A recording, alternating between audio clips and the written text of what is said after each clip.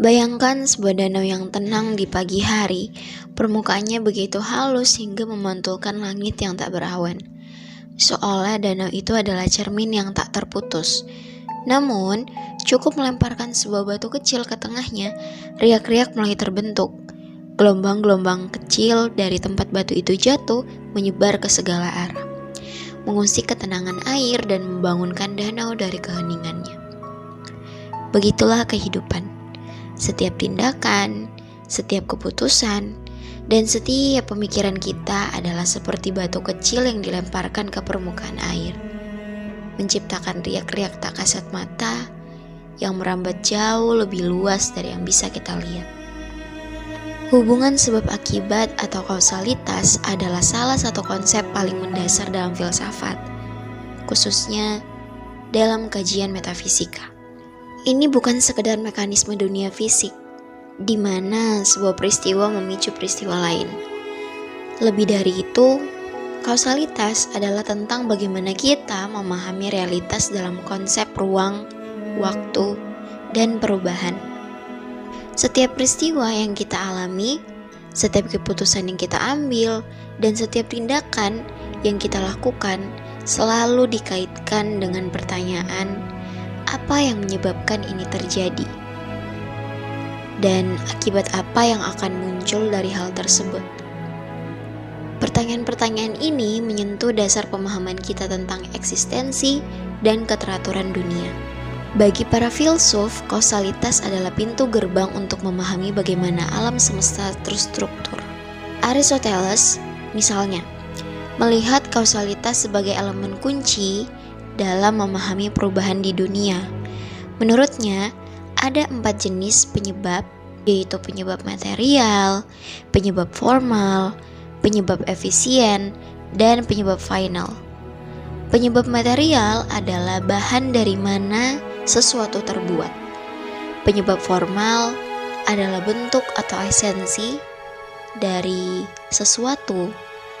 Penyebab efisien adalah proses yang membuat sesuatu terjadi. Penyebab final adalah tujuan atau hasil akhir dari sesuatu. Dengan kerangka ini, Aristoteles mencoba menjelaskan bagaimana segala sesuatu di dunia ini saling terkait dan saling mempengaruhi satu sama lain. Bukan hanya dalam dunia fisik, tetapi juga dalam dunia ide dan bentuk. Namun, tidak semua filsuf sepakat dengan pemahaman kausalitas yang bersifat deterministik ini, seperti David Hume. Dia meragukan apakah kita benar-benar bisa mengetahui hubungan sebab akibat secara pasti. Baginya, apa yang kita sebut sebagai kausalitas hanyalah kebiasaan pikiran. Kita melihat 2 peristiwa terjadi berulang kali dalam urutan tertentu. Misalnya, api menyebabkan panas, dan dari kebiasaan itu, kita menyimpulkan bahwa api selalu menyebabkan panas. Tapi, apakah kita benar-benar bisa melihat penyebab itu?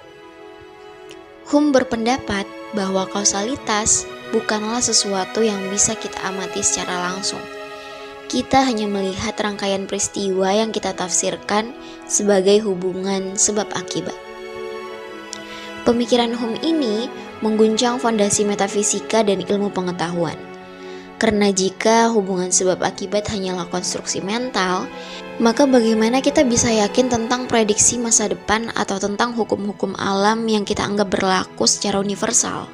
Pertanyaan ini membuka ruang bagi berbagai interpretasi lain tentang kausalitas. Misalnya, Immanuel Kant mencoba menjembatani pandangan Hume dengan argumennya bahwa kausalitas adalah bagian dari struktur bawaan akal manusia.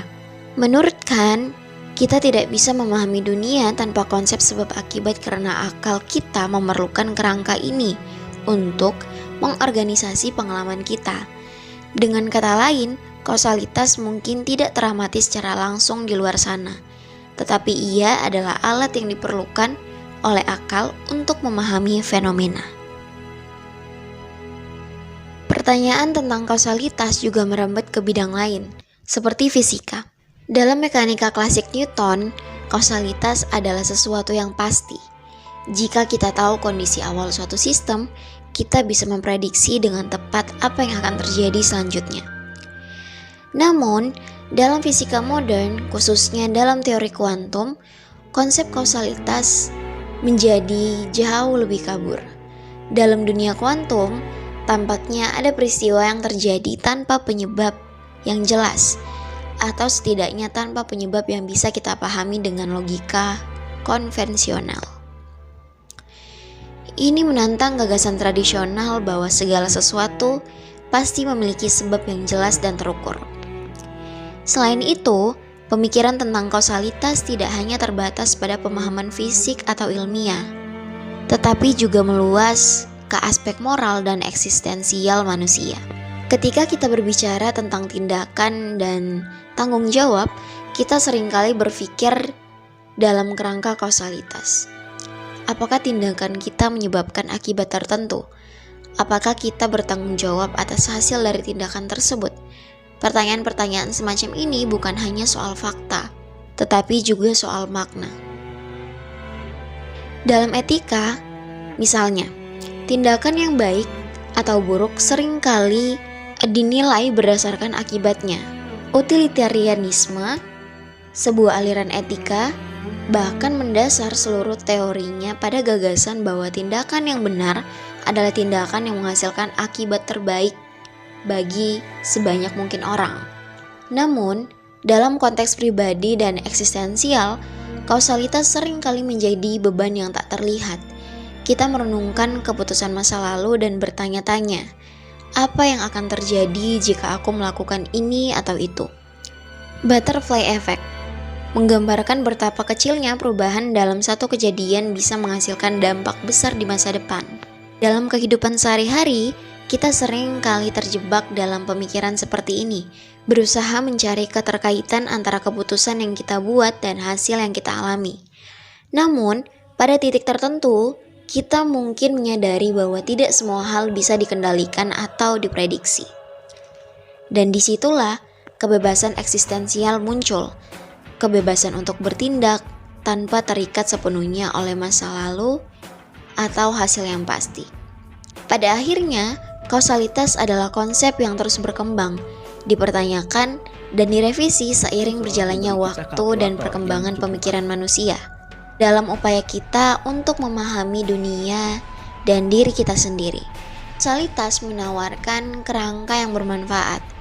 Meskipun terkadang rapuh, ini membawa kita pada pertanyaan mendalam tentang keturunan alam semesta.